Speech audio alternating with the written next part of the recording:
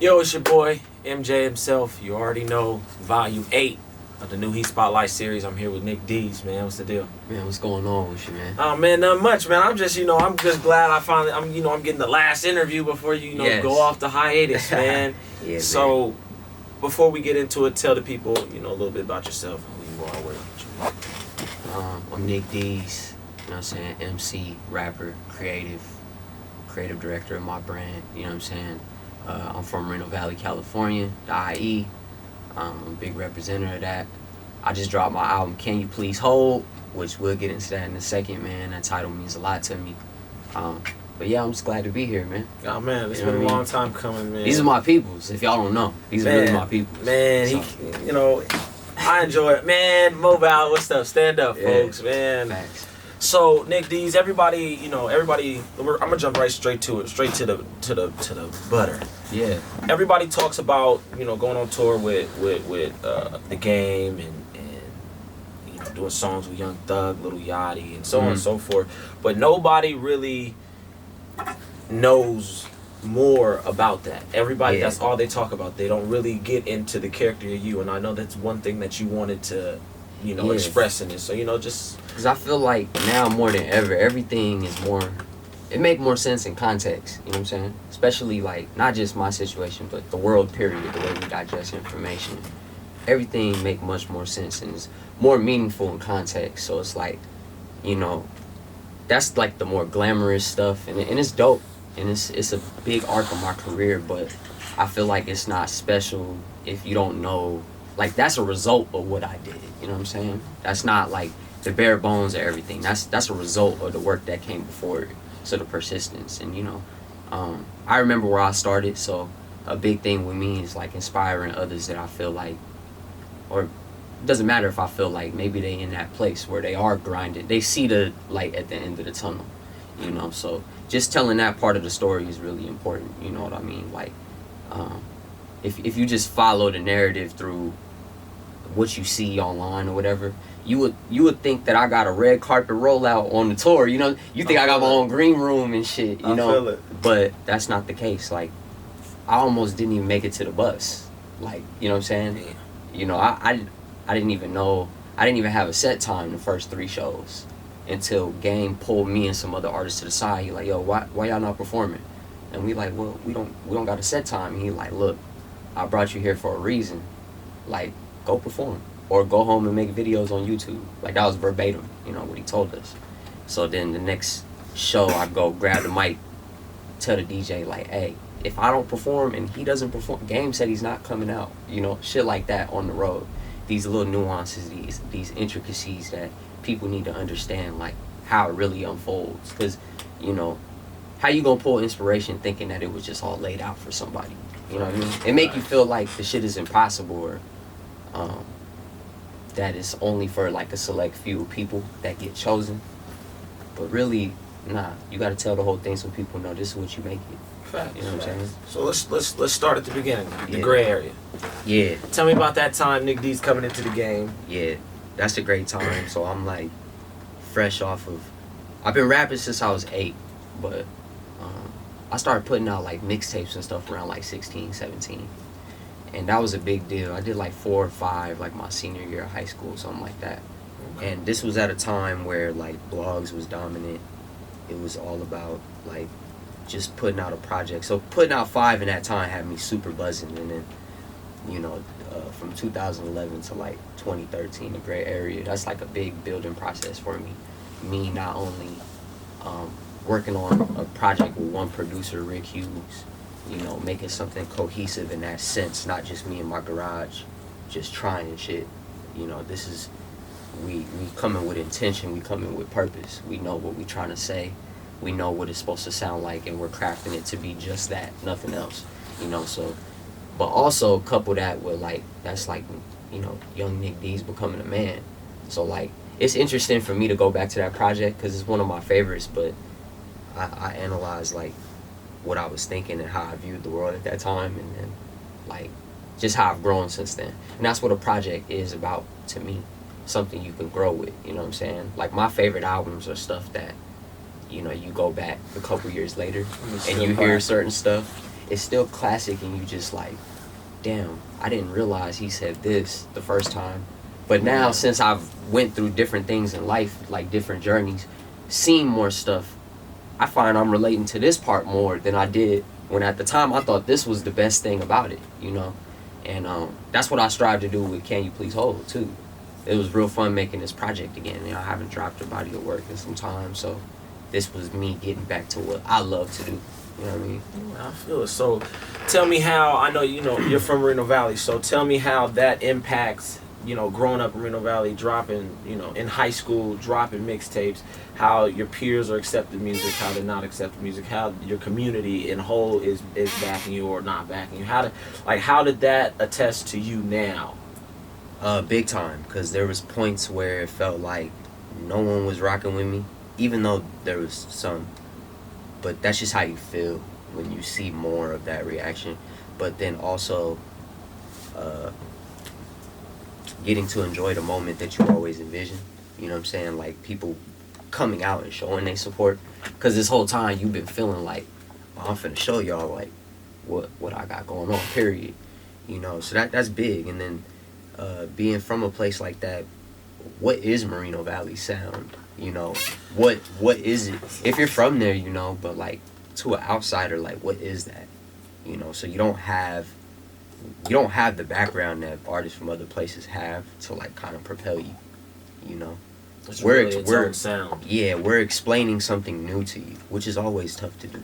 You know what I'm saying? True story. You know, certain regions have stuff they known for, but it's like we in the age of where like me and other artists from the area are setting the tone for what that actually is. You know what I'm saying? So it's a lot of character building, I call it. You know what I mean? A lot of character building in good ways, a lot of good ways. You know, and then that hometown love is always important. You know, that's step one.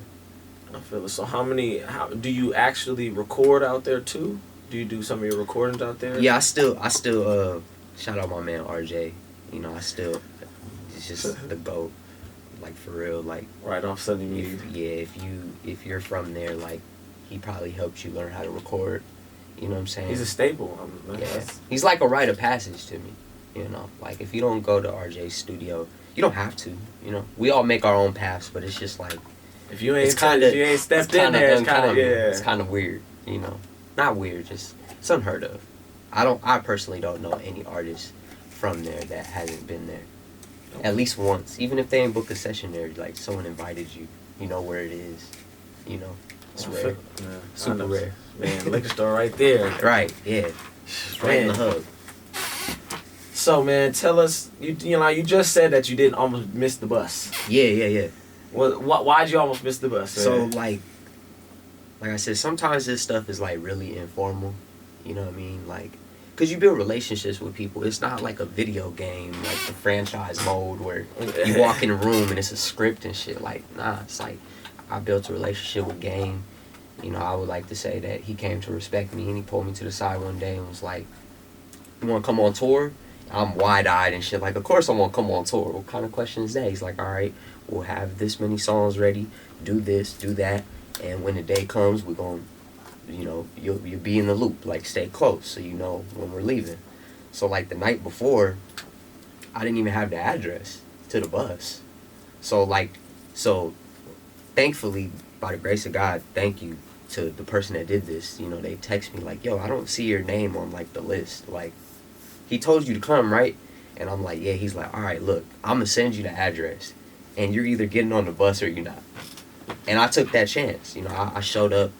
Game's bus is full, and I didn't know they had a second bus, so I'm like, damn, because I'm seeing all the people I know, I converse with in the studio, they getting on that bus, so I'm like, damn. So then there's a second bus pulls up, and then like Wack is there, and I'm about to get on, and I'm thinking in my mind, I'm like, damn, is he about to let me on? You know, that doubt is creeping in. Yeah, okay. And thankfully, he just like, you coming with us? Yeah, I seen you before, come on. And you know, then that's where it starts unfolding, you know. But yeah, it wasn't like I was late to the bus or nothing. I was ready, man. I was ready.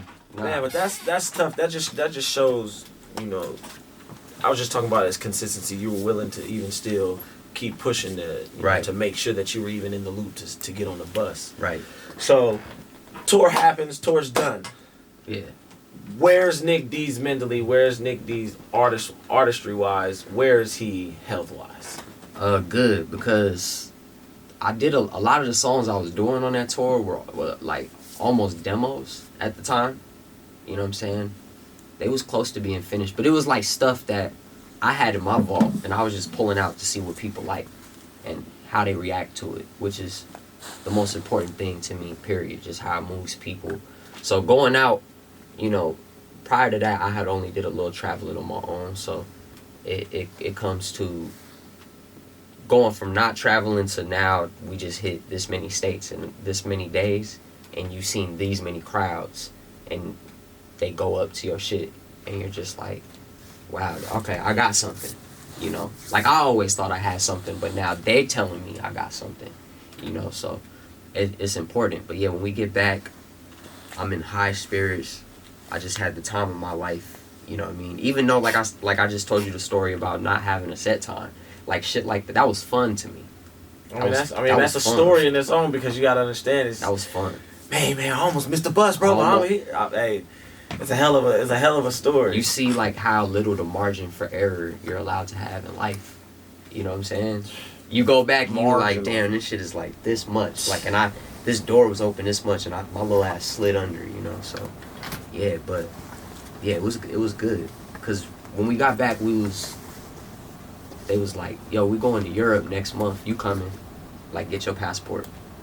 So I come back, and I'm just like preparing, because I'm like, damn, Europe, like, I know they love rap over there, you know. And then, I mean, it's foreign waters, you know what I'm saying? Like, we're gonna be in the air for some time to get over there, you know what I'm saying? So yeah, it was good, man. Positive. I could honestly say that. I'm grateful for that. Okay, so music's coming, you're maneuvering. Yeah. What was next for you after, you know, of course you go to Europe. Did you go to Europe? Yeah. Yeah, so yeah. So I know they received you. Yeah. You came back. Yeah. Where are you at project-wise? Now we're starting to, like, make more records. So by that time I had been to because you got a lot of singles. Couple producers' houses, you know, working with this person, working with that person, moving around. So we, like, near completion for a project when we come back. I got to go to Scott's storage house a couple times, you know. That was one of my favorite experiences. We had this song we did where, like, he just left me we did 2 records, right? So then the third one, we switched, like, rooms. I went in just with his engineer, and we had the stems for the beat pulled up. And so I'm doing the record, and I tell the engineer, I'm like, hey, can I fuck with the stems? Like, can I mute certain shit? And he's like, I don't know if you should do that, you know. It's built a certain way. So I was like, man, let's try it. And, you know, he comes back in the room and loves it. It's like little moments like that. It's just a lot of validation happening. Something you prepare for. It's stuff that you got in the vault that you want to just test right. by, and now you're in a prime opportunity. I mean, right. Opportunity meets preparation. For sure. Word Nipsey. You gotta, you gotta, these ideas that you come up with, you eventually have to, like you said, test them. But yeah, man, just testing it out and seeing how people receive it. And then, you know, that's maybe not validate, confirmation. That's an important word. Because validation is like you're seeking something, but confirmation is like, I don't know, it's just different. It's more for you rather than trying to impress somebody else. Confirmation more for you. That's a big thing. I feel it. So you've been in all these rooms. You've catapulted yourself to a place that not a lot of people from the IE even get to right. whiff, to scratch the surface of. Yeah. Next thing you know, it's the Yachty and Thug verse. Yeah. So it's New Day. Yeah. That's that was an experience in itself too, cause like, I was geeked when I got the verse back from Yachty. How did that even come about? We know the track is nice. How did you even get linked with them? Well, through WAC. Okay. Like, basically, I ain't gonna lie, a lot of stuff just popped up, I just wasn't around for like the background stuff sometimes. Like it was as simple as like with Thug, I went to his video shoot. He was shooting some video out here in LA, and you know, we got to go. And the intention was like, I'm gonna introduce you to Thug. So we go, and it was maybe 5 seconds. You know how that go. You be there for 3 hours just for a 5-second interaction. And you know, I met Stunner that day too. So, and then just as time goes on, you know, the talks of things happen, and there was a Miami trip I didn't get to make for whatever reason. I didn't get to go when Thug recorded the hook. So he did that, and then I had another record already done, and he put a verse on that hopefully the world will hear one day. You know what I'm saying? But yeah, I get the video come through my text, like, of him doing the record. You know what I'm saying? And I'm like, oh, I like that. I like this. You know, and I go do my thing on it, and then we get the Yachty verse, and then going on tour with him, super different from a Game tour. Just demographic and the whole feel of everything is different. So that was a big transitional phase for me, because like I said, that crowd is different. They're more energetic. Yeah, you know what I'm saying? It's like it's apples and oranges for sure. But I'm grateful for it, because just make you well versed. You know what I'm saying? Make you well versed. Being able to go in this lane, do this, and then go to this lane and still give them yourself, and it's appreciated in both arenas. That's important. That's super important. So which fans were better for you, or which say the overseas fans, the Game tour fans, or you know, the Yachty tour fans? Which one accepted it more? I mean, they all accepted it. That's why you're gonna hear me use the word grateful a lot, because I realize like that type of stuff not easy to do. So they all accepted it, and you know, each tour was going up. But I mean, Europe is like special to me, just because the whole experience, how we were moving, how like it almost felt like if the U.S. tour before that was like trials and tribulations, the Europe was almost like a victory lap, almost, because it's like I just did this for a month, and then a month later I'm doing this again. But these, like, you know, they're not in America, so I don't know if it's they don't get artists coming there as much or what, but they just genuinely seem like attached to the music and like what's really actually giving going it the on. ear. Right, yeah. Not people looking at you with the what's going on face, you know, or super stiff, scared to move. Like they come in and being as free with themselves in the crowd as you are on record. So it's nice to see people match your energy. You know what I'm saying? Same thing with the Yachty tour. When kids was turned up. You know what I'm saying? I mean, it's Yachty. It's Yachty. Yachty. It was turned up. It was super turned up. It was dope though. And like that was an all ages tour too. So like you got to touch all demographics, seeing young and old. Yeah, that was really cool, man. Cause like I said, I started rapping when I was 8. So to be able to like have some sort of impact on some younger kids, like, you know, you kind of helping out future generation without even realizing it. You know what I'm saying? So yeah. Okay, so I'm gonna backtrack a little bit. So off the meeting with Wack, off the tour bus meeting, how does that relationship continue to blossom from then to now? From you saying, you know, because clearly it seems that you guys are working in together in certain aspects. like I said, when I got on there, like, you know, he was aware of who I was. Like I said, most of the people that I had gotten to know in the camp were on the other bus.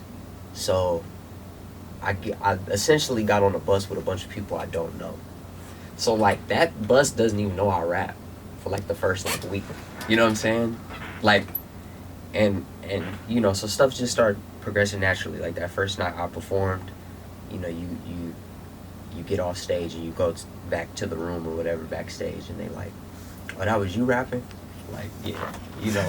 And then you start to see people on the bus warm up to you, you know, like in the morning. It's not so stiff. Like, what's up, man? Yeah, it's like a, what up, Nick? Like, you know, people embracing you. And built until we got to New York.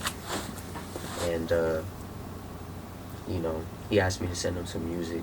And then we went to... I didn't even know we were going to go to K-Slay that day. But we go to K-Slay's radio show, freestyle, and it's crazy, bro. That was a crazy 72 hours, bro. How was that? That was amazing. How was the K-Slay freestyle? That was amazing. Like, cause, I mean, I kind of knew at some point, you know, all of us was gonna get a shot, you know, to do something outside of just performing. But like, you don't know that it's gonna be DJ K-Slay. You don't know it's gonna be in New York. You don't know where it's gonna be this. You just know you got. You just know that something's coming. So the day of, they like, yo, if we go to radio, you gonna rap? I'm like, yeah. But they're not saying we going there. Yeah, they just testing to see what you're gonna say. Right, yeah. And then you go there, you wait in the lobby, you sit in the interview, and then I just get to do what I do best, you know? And then, yeah, that was a great 72 hours, bro. That was crazy. I don't think we slept that whole time. And like, not even on purpose, it's just there was so much to do. It's like, what's sleep at that point? Get your rest though, because that's important. You gotta refuel, but you know what I'm saying? But sometimes you gotta power through. Sometimes you do. Because the opportunities, you know, you can't sleep when opportunity arrives. Nah, a lot of adrenaline too. I feel it. So, now we're uptime. We're back at it. You're doing freestyles. You did the In the Booth freestyle with us over at what we talking about for Breaking Ground TV. Yeah. So, that was fire, by the way. That was man, fire. so that's what I'm saying. So tell me, like, what it's like for you before you even get, because at that time you were telling us that you finna drop a project. You're giving us the goods without giving us the goods. Yeah. So it was just like, just hearing you freestyle and really put it together, that was like, we definitely gotta get you in there. So it was like, right. It was the K-Slay for me. My guy Rob, man, he just knows how to send the right tracks over, because sure. I knew you were from Moreno Valley, because I know Crooks, I know everybody, I know radio, I know everybody that's up there. Yeah. So it's just like, I used to vacation Moreno Valley. Yeah. Vacation on North Side is the greatest thing ever. I try to tell you, it's real peaceful. Shout out my man Cap, man. Yeah, man. But you're doing that, so how are you putting these verses together? How are you putting these singles together before the ultimate drop of, Can You Please Hold? Well, a lot of it's natural. You kind of go through moments in your life and you pick this, you pick that out, to fit in with what's going on. But a lot of it is also me, like, trying new shit, too. So, constantly trying to grow, constantly trying to push yourself. Like, I haven't done this before. Let's see how this comes out. So that was a big thing with the album, too. Like, the whole title is, like a direct message to my fans, kind of like I call it the perfect pun, because, like, it's my version of saying, like, sorry for the wait or sorry for the hiatus, It's like, can y'all please hold? But it's like, y'all been holding, so I know you can hold, right? But, it's that. A lot of the songs had to do with, at the time, phone calls. Because at the time, that was, like, the extent of my relationship with a lot of people. Like, I found myself, like, falling out of love with certain old habits. Being presented with this over here, but this is where the work is, so I'm straying more this way. And that's the extent of my relationship with people at that time, through the phone. Like, can you please hold? Yeah, I'm gonna keep the BS and distractions over here, and be immersed in my work. Let that speak for me. Because I'll be back. I'll be back, yeah. You know what I'm saying? So, man, like I said, a lot of the songs had to do with phones. Like, Call Me When It's Poppin' and No Calls are, like, part 1 and 2 almost. Like, Call Me When It's Poppin' is, like, me revisiting those feelings, like, being in the gist of, like, being in the motion of things. Yeah, like, how I actually felt at that time. Call Me When It's Poppin' is just a fly way to say, like, hey, don't hit me unless you got something that's tight. Exactly. Like, if it's not pop, I don't want to be in a loop if it ain't for it. But and then No Calls is more so like the analyzing. Yeah, because you for sure sent me to voicemail twice. Called him trying to get, and let's talk. I won't talk to you, MJ. It's Yeah, cool. It's cool, nigga. You gotta it's live cool. your truth, man. Yeah, no call is a lifestyle, man. Nah, but yeah, that's what Can You Please Hold means to me. Even like a record like one of my favorites on the album, 713, where that's the area code for the global tel link when someone call you from jail. And that's a big part of my life. I got a lot of friends that, you know, that's where they at. I still talk to them as if they were sitting right here with me, you know. Facts. So, and that means a lot to me too. Brotherhood and, you know, keeping it solid with people. So, yeah, everything is a culmination. The title, the concept, it all makes sense once you listen to it. When you really start to digest, like, what does Can You Please Hold even mean? Because, you know what I'm saying? That's like such a common phrase. Common phrase, but it's a complicated answer. Yeah, big time. I feel it. So you talk about loyalty. You talk about, you know, staying solid. Through your journey, like where does that sit in, like, on your ranking scale of how you deal with making music with people or dealing with how you move in the game? I think that's like the foundation for what everything has to rely on, because there just has to be a level of trust, not just with people, but like with what you're doing. You have to trust what you're doing, the way you're going about it, what you're crafting. There has to be a sense of trust with you and that thing, as well with the relationship you have with people around you, because that's gonna ultimately affect the bones and meat of this thing, you know. So that's very high, because without that we have nothing. You know what I'm saying? Like, yeah, without that we have nothing. We gotta be able to communicate. We gotta be able to reach this goal together. We have to be able to work together, really, you know, and that's the number one thing. You gotta be able to make it. You just gotta make it fit. Yeah, that's how chemistry is built. You gotta trust each other. So yeah, that's huge. That's huge for me, at least. But I think it should be for everybody. Facts. I feel it. You know. So, album out now. Yeah. Tell I'm excited. I'm telling you. So tell the fans what they should expect. Tell them what you feel they should expect from Nick D's on this album. A much more mature perspective. Like, I feel like I understand a lot of things more. The first half of the album starts out pretty fun. You know, there's still substance within it, but there's just records that make you feel good, you know. And then as the second half of the album, we talk about some shit. You know, there's a lot of substance in there. So 713's on the second half of the album. One of my favorite records too, Come to Me, which is about something trying to pull you back, you know, telling you come back. Also Head to the Sky, which is like it's just very conscious. And I think that song encapsulates like where we at right now with everything that's going on in society, the climate, you know what I'm saying? And in my opinion, the best way to react to it, keep your head to the sky. You know what I'm saying? So yeah, it's just a lot of shit on there, man. It's a lot to unpack, but the best way to unpack it is to go listen to it.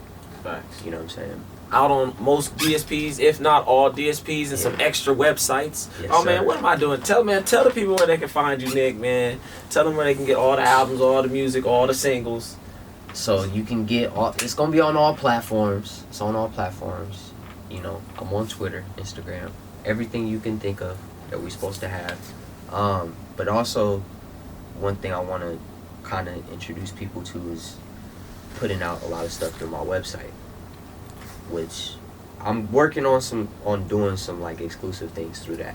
But like the way I even rolled the album out, by the time this drops, the album will be everywhere. But at first, I only put it on my Bandcamp, and I did it that way, so like everyone didn't have to wait till August 25th. Like I said, Can You Please Hold? There's people that have been waiting, so the ones that I knew wanted it immediately, I was like, here, it's up, and this is the bundle. You know, this is like, you're gonna get this album early. So for those people, it was very special. And then after that, then we're gonna shelve it out to the world. and get everybody take on it. You know what I'm saying? But yeah, like it's gonna be a lot of exclusive content coming from me through my platform, through all those other ones I named. But I just want to build upon my relationship with the listener.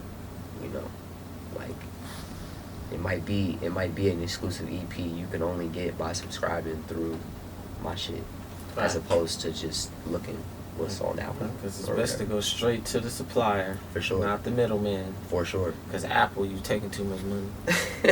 I'm just kidding. You know what I'm saying? I'm just kidding, but man, just putting more to the surface. You know what I mean? Facts. Just a little more. Like if you want to dig deeper, there's something for you to dig deeper and find. You know, if you want to stay at the surface, well, we got some hot shit here too. Facts. But for those that want to dig deeper, you'll find something. It's always a good time to deep dive. Right. I ain't got nothing but time. No, especially now. Facts. Gotta put the time to use too. Man. And without that time, is nothing. Nothing. It's just a measure. It's just a metric. That's it. Facts. Can you please hold? Will be out when this drops. Yes, sir. This is Nicky D's, man. Appreciate you, Big Dog, for coming through. It's been a long time coming. Appreciate Make sure y'all, you man. follow him. Make sure you go ahead and check all his music out on all platforms. Titles is Nicky D's. I call him Nick D's. I'm waiting for him to do the name switch. You feel me? So we can be solid. That's like one of those unwritten things for those that don't know. Like, both are correct. It's not a right way to address me, you know what I'm saying? When you search it, you gotta put Nicky D's, but It's just easier to say Nick D's. it is. It rolls off the tongue a little more. Pause. Alright, man. Volume 8, New Heat Spotlight. It's your boy MJ, man. Nick D's, man. We out. Yes, sir.